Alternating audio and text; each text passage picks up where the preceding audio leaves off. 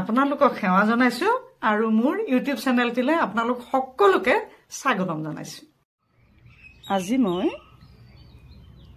বিলাহী আৰু বেঙেনাৰে মাছৰ কণীৰ আঞ্জা বনাম। সেই মাছৰ কণীৰ আঞ্জা বনাবৰ কাৰণে মই বিলাহী ছিঙিবলৈ আহিছোঁ। এই গছৰে বিলাহী চাওক, এই গছৰে বিলাহী মই এতিয়া ছিঙি লম। এয়া গছৰে বিলাহী ছিঙি লৈছোঁ আৰু বেঙেনা এই গছৰে চাওক, এই গছতে এয়া বেঙেনা লাগিছে সুন্দৰকৈ।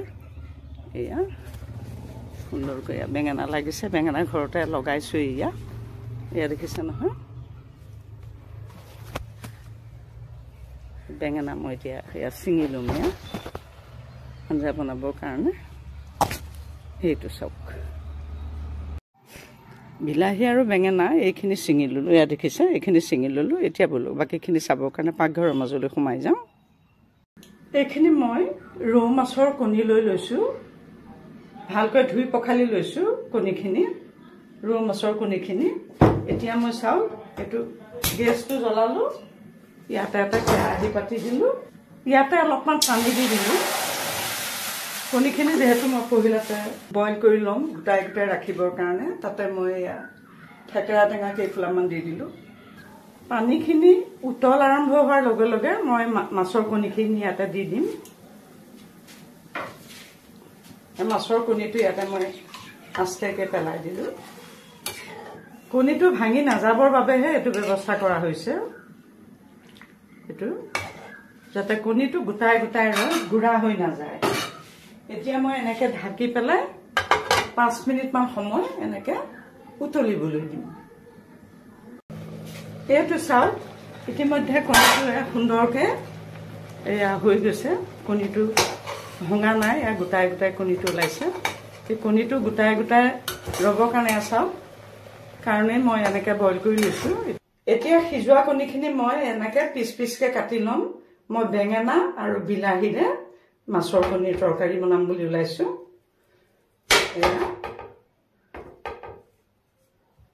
এয়া চাওক,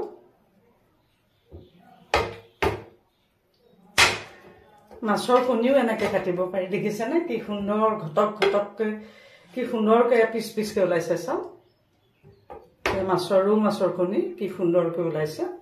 এনেকৈ মই গোটেইখিনি কাটি ল'ম। এতিয়া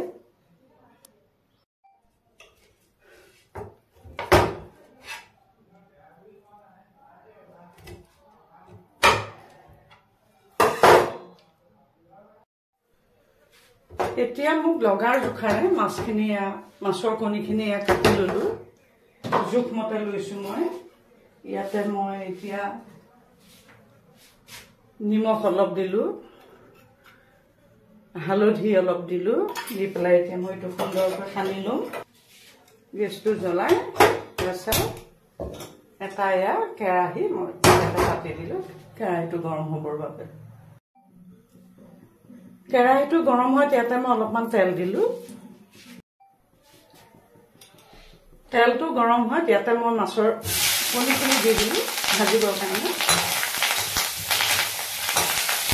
অলপ ফুটিব, কিয়নো মাছৰ কণীটো ফুটিব।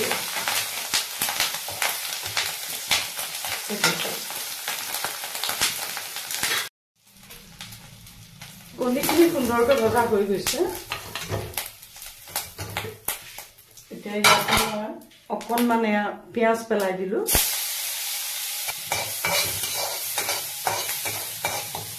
পিঁয়াজখিনি অকণমান ৰঙচুৱা হোৱাৰ লগে লগে ইয়াতে বেঙেনা আৰু কাটি লোৱা আলুখিনি পেলাই দিলোঁ।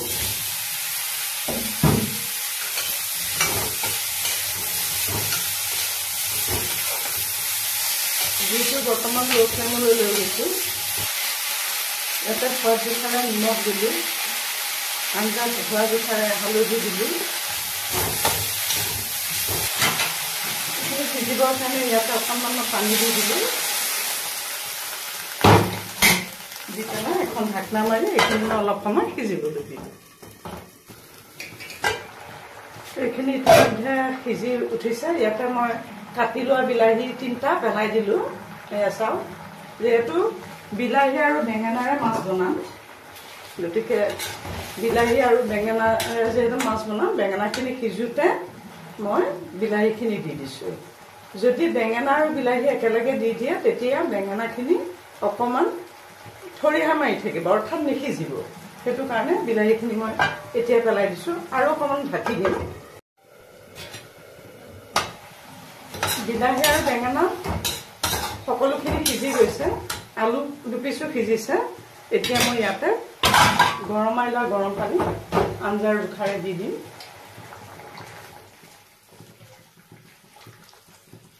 দি দিলোঁ, আঞ্জাৰ জোখাৰে গৰম পানী দি দিলোঁ। পুনৰ অকণমান ঢাকি দিম, অকণমান উতলিবৰ কাৰণে। এইখিনি উতলা আৰম্ভ হৈছে।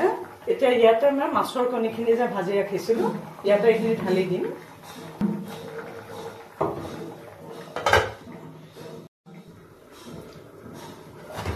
ইয়াতে মই জলকীয়া গুড়ি এচামুচ পেলাই দিলোঁ।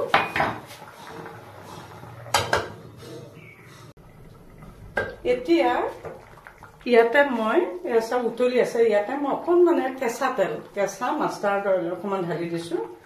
এইটো এটা সুন্দৰ টিপছ। এইটো হোটেলবিলাকত সাধাৰণতে এই টিপছটো ব্যৱহাৰ কৰে।